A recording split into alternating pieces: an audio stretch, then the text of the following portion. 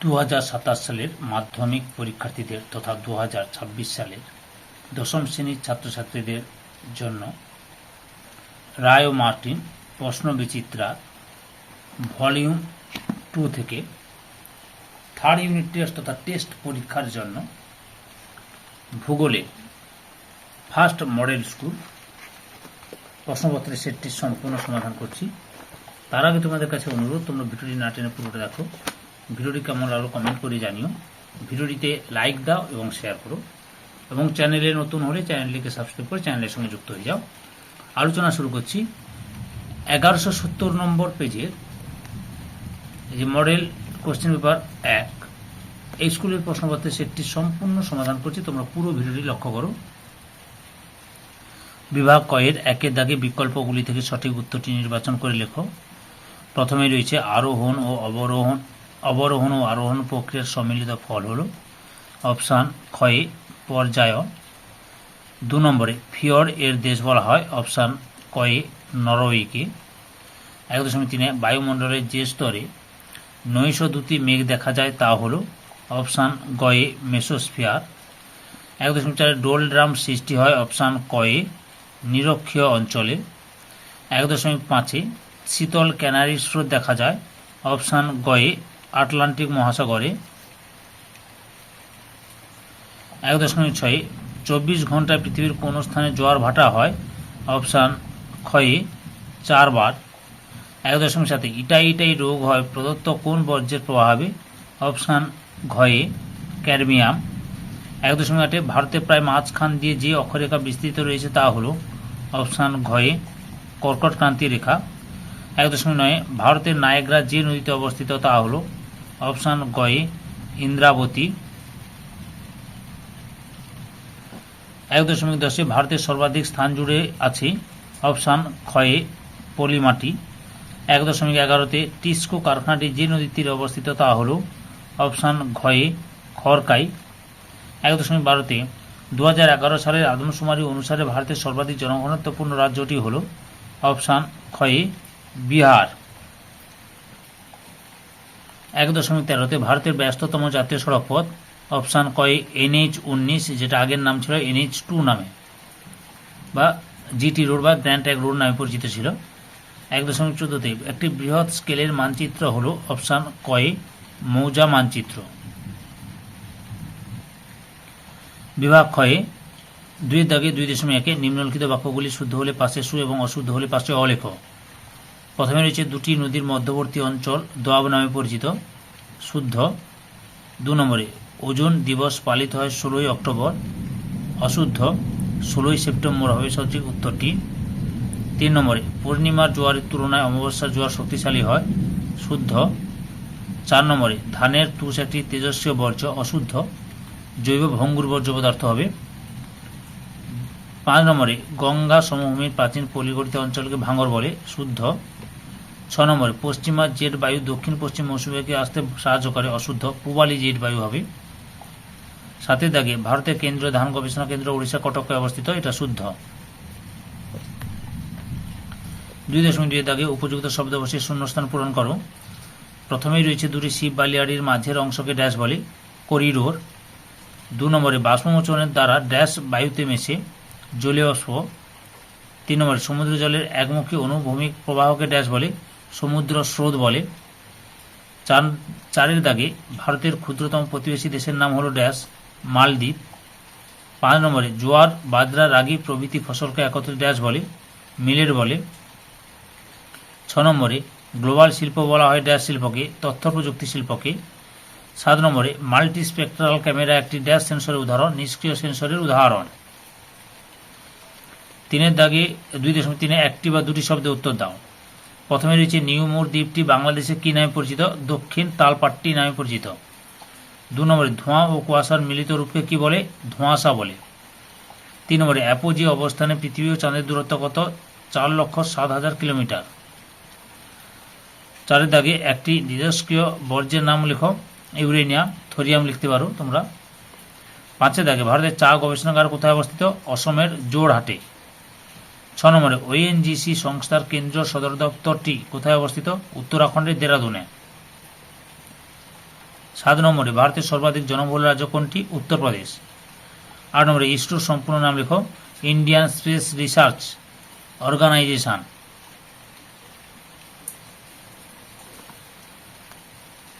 2.4 বাম দিকের সঙ্গে ডান দিকগুলি মিলিয়ে লেখো। 1 রয়েছে চিনুক, তুষারভক্ষক, মগ্নচড়া, গ্র্যান্ড ব্যাংক, বিষাক্ত বর্জ্য, সিমেন্ট কারখানা, শ্রীহরিকোটা ভারতের রকেট উৎক্ষেপণ কেন্দ্র।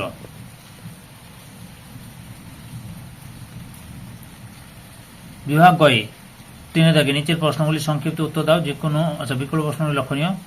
3.1 আবহবিকারের সংজ্ঞা দাও। তোমরা যেখানে যদি আর লেখা আছে তাহলে লিখবে রায়ান মার্টিনের সহায়িকা বই, যদি পি লেখা থাকে তাহলে প্রান্তিকের বসু মৌলিকের সহায়িকা বই, আর যদি সি লেখা থাকে তাহলে ছায়া প্রকাশনীর গৌতম মল্লিকের সহায়িকা বই থেকে প্রশ্নের উত্তরগুলি দেখাচ্ছি। এরকম দেখাবো, যদি এরকম লেখা দেখবে, এই যে এখানে ধরো আর লেখা আছে, এটা রায়ান মার্টিনের সহায়িকা বই থেকে দেখাচ্ছি। যদি এখানে পি থাকে তাহলে প্রান্তিকের সহায়িকা বই হচ্ছে বসু মৌলিকের সহায়িকা বই, আর যদি সি থাকে তাহলে ছায়া প্রকাশনের সহায়িকা বই গৌতম মল্লিকের সহায়িকা বই। এটা রায়ান মার্টিনের সহায়িকা বই থেকে দেখাচ্ছি, লক্ষ্য করো। আবহবিকারের সংজ্ঞা বা কাকে বলে।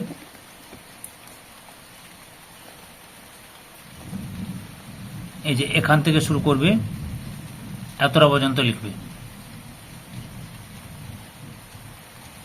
অথবাতে রয়েছে ড্রামলিন কাকে বলে।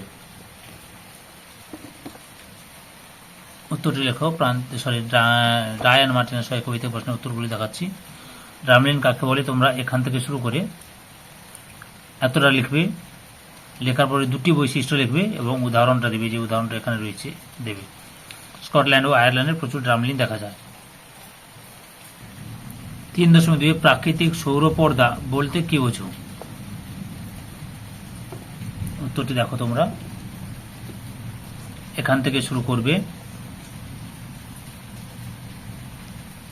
এতটা পর্যন্ত লিখবে। অথবাতে রয়েছে সাঁড়া শাড়ির বান কাকে বলে।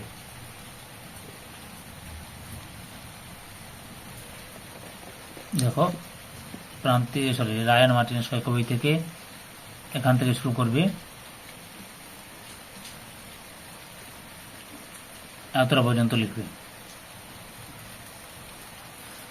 3.3 দাগে কম্পোস্টিং বলতে কি বোঝো? এই প্রশ্নের উত্তরটি আমি তোমাদের ছায়া প্রকাশনী গৌতম মল্লিকের সহায়িকা বই থেকে দেখাচ্ছি। কম্পোস্টিং কাকে বলে লক্ষ্য করো। এই যে এখান থেকে শুরু করে এতটা পর্যন্ত লিখবে। অথবাতে রয়েছে বর্জ্য ব্যবস্থাপনা 4 আর কি। উত্তরটি লক্ষ্য করো তোমরা, এই যে এখান থেকে শুরু করে এতটা পর্যন্ত লিখবে। রায়ান মার্টিনের সহায়িকা বই থেকে প্রশ্নের উত্তরটি দেখালাম। 3.4 বহুমুখী নদী পরিকল্পনা বলতে কি বোঝো? রায়ান মার্টিনের সহায়িকা বই থেকে দেখাচ্ছি। সংজ্ঞা এখান থেকে শুরু করে এতটা পর্যন্ত লিখবে। লেখার পরে 2টি উদ্দেশ্য দেবে, বেশি না 2টি উদ্দেশ্য দেবে। অথবা রয়েছে পলিমৃত্তিকা 2 বৈশিষ্ট্য রেখো। লক্ষ্য কর পলিমৃত্তিকা বৈশিষ্ট্য। মোট এখানে 7টা তোমাদের সামনে তুলে ধরলাম, 7টা বৈশিষ্ট্য তুলে ধরলাম।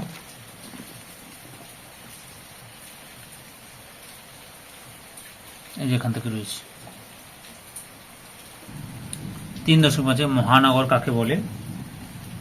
উত্তরটি দেখো, রায়ান মার্টিনের সহায়িকা বই থেকে মহানগর কাকে বলে দেখাচ্ছি তোমাদের। এই যে এখান থেকে শুরু করে এতটা পর্যন্ত লিখবে।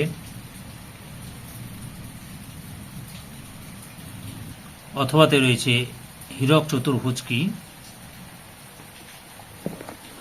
রায়ান মার্টিনের সহায়িকা বই থেকে দেখাচ্ছি।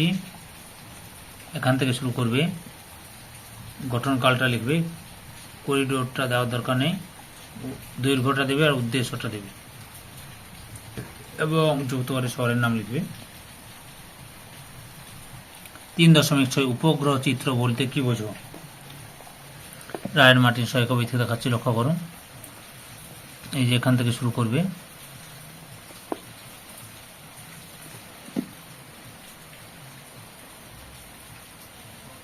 এতটা পর্যন্ত লিখবে।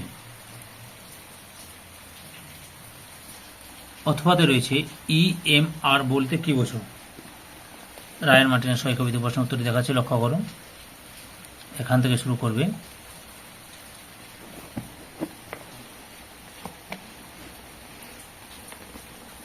এতটা পর্যন্ত লিখবে।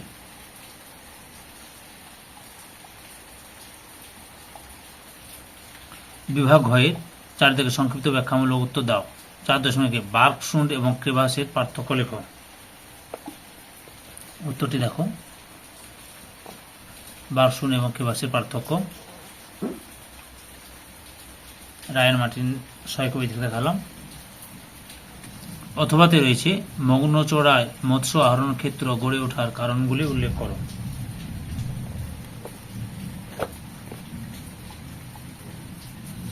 আচ্ছা, মৎস্য আহরণ ক্ষেত্র গড়ে ওঠার কারণ, এই যে গুরুত্ব রয়েছে, তো এই যে এখান থেকে এই যে 1 নম্বর পয়েন্টগুলো এখান থেকে শুরু করে এতটা পর্যন্ত লিখবে, দিয়ে উদাহরণটা দেবে।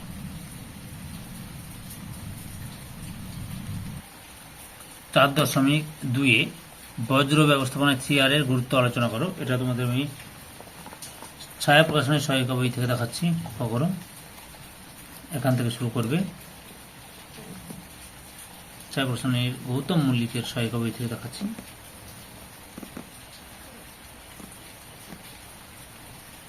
এতটা পর্যন্ত লিখবে।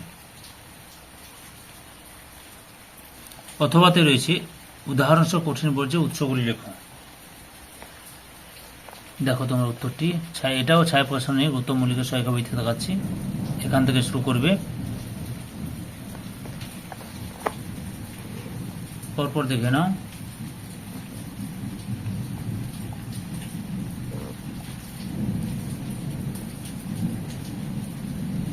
এতটা পর্যন্ত লিখবে। 4.3 পশ্চিম উপকূলীয় ও পূর্ব উপকূলীয় সমভূমির মধ্যে পার্থক্য লেখো। এটা তোমাদের আমি রায়ান মার্টিনের সহায়িকা বই থেকে দেখাচ্ছি, লক্ষ্য করো।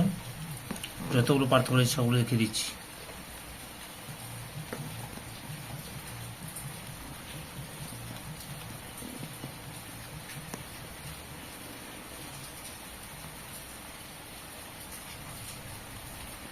অথবাতে রয়েছে পাঞ্জাব ও হরিয়ানা রাজ্যের কৃষি বিপ্লবের সুফলগুলি আলোচনা করো। এই প্রশ্নের উত্তরটি আমি তোমাদের ছায়া প্রকাশনীর গৌতম মল্লিকের সহায়িকা বই থেকে দেখাচ্ছি, লক্ষ্য করো। এই যে এখান থেকে শুরু করবে, পরপর দেখে নাও।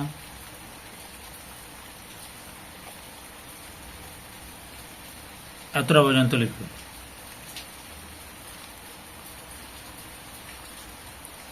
4.4 ভূবৈচিত্র্য সূচক মানচিত্রে ব্যবহৃত বিভিন্ন ধরনের স্কেলগুলি কি কি, লক্ষ্য করো।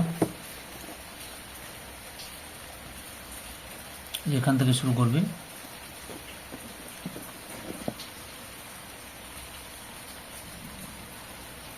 শুধু সংজ্ঞাটা দেবে, আর কিছু লেখা দরকার নেই, সংজ্ঞাগুলো লিখবে।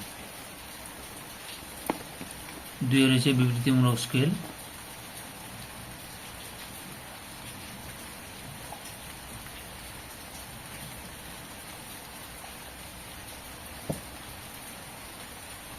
তিনে রয়েছে রৈখিক স্কেল।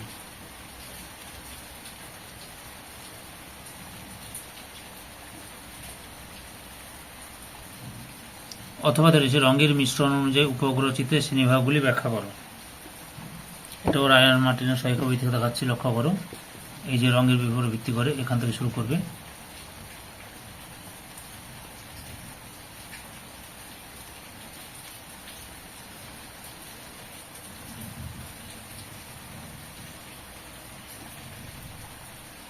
এতটা পর্যন্ত লিখবে। বিভাগ মোর 5 থেকে 5.1 নিম্নলিখিত প্রশ্নগুলি থেকে যে কোনো 2টি প্রশ্নের উত্তর দাও। প্রথমে রয়েছে নদীর ক্ষয়কার্যের ফলে সৃষ্ট 3টি ভূমিরূপের সচিত্র বর্ণনা দাও। উত্তরটি দেখো।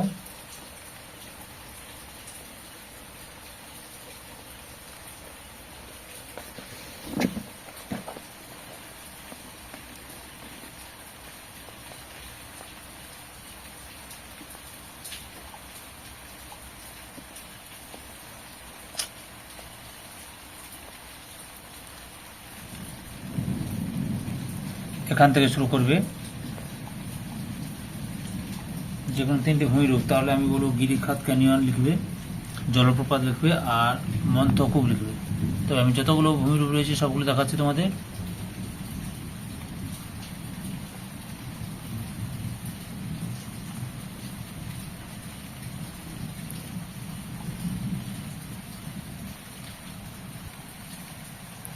এতটা পর্যন্ত রয়েছে।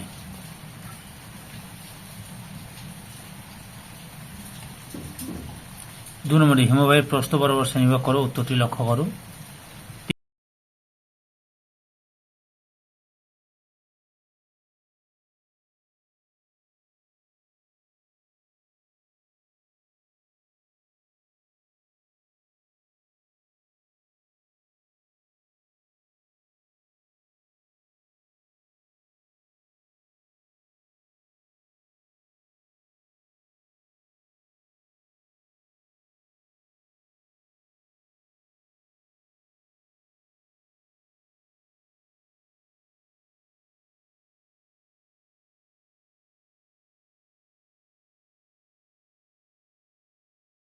শৈলক্ষে বৃষ্টিপাত কিভাবে সংঘটিত হয়, উপযুক্ত উদাহরণ সহ চিত্র সহ বর্ণনা করো। এই প্রশ্নের উত্তরটি তোমাদের রায়ান মার্টিনের সহায়িকাতে দেখাচ্ছি। উত্তরটি তোমরা এখান থেকে শুরু করবে, এই ছবিটা দেওয়ার চেষ্টা করবে, নাহলে তোমাদের টেক্সট বই, যে কোনো টেক্সট বইতে ভূগোলের দেখতে ওখানে রয়েছে, লক্ষ্য করবে, ছবিটা আঁকে নেবে, ওখান থেকে প্র্যাকটিস করবে বারবার। এই যে এত পর্যন্ত লিখবে।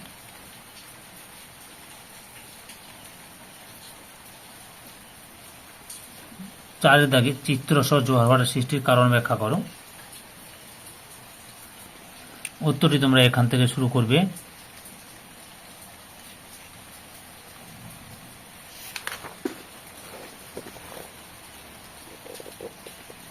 পরপর দেখে নাও।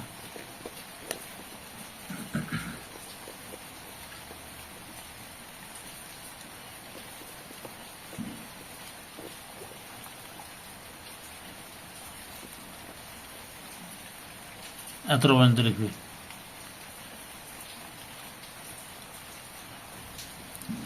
5.2 নিম্নলিখিত প্রশ্নগুলি থেকে যে কোনো দুটি প্রশ্নের উত্তর দাও। প্রথমে রয়েছে ভারতের জলসেচের যে কোনো 3টি প্রয়োজনীয়তা সংক্ষেপে ব্যাখ্যা করো। উত্তরটি দেখো, যে কোনো 3টি লিখতে বলেছে, কিন্তু আমি যতগুলো রয়েছে সবগুলো দেখাচ্ছি। এখান থেকে শুরু করবে। রায়ান মার্টিনের সহায়িকা প্রশ্ন উত্তরটি দেখাচ্ছি।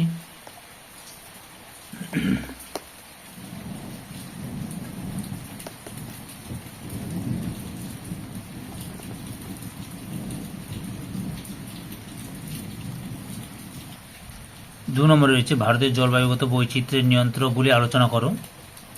এটাও রায়ান মার্টিনের সহায়িকা বই থেকে দেখাচ্ছি, লক্ষ্য করো তোমরা প্রশ্নের উত্তরটি।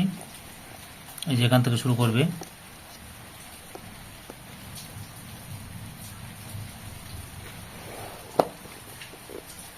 পরপর দেখে নাও।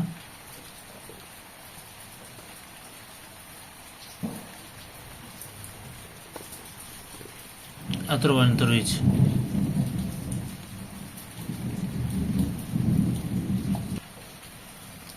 তিন নম্বরে দেখো, পশ্চিম ভারতে কার্পাস বয়ন শিল্প গড়ে ওঠার অনুকূল পরিবেশ আলোচনা করো।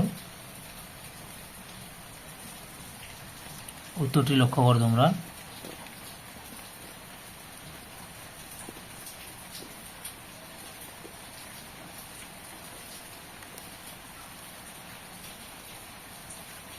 এখান থেকে শুরু করবে।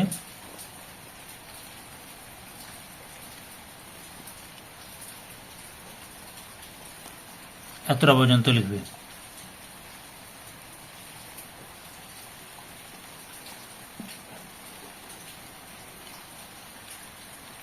চারের দাগে রয়েছে ভারতের অর্থনৈতিক উন্নতিতে রেলপথের গুরুত্ব আলোচনা করো।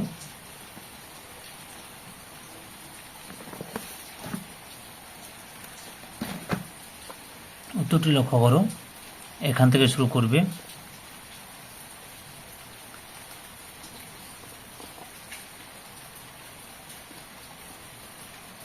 এতটা পর্যন্ত লিখবে। ধৈর্য সহকারে সম্পূর্ণ ভিডিওটি দেখার জন্য তোমাদের সবাইকে অসংখ্য অসংখ্য ধন্যবাদ। আজকে এই পর্যন্ত, পরবর্তী ভিডিওতে আবার দেখা হবে। Tata, bye bye.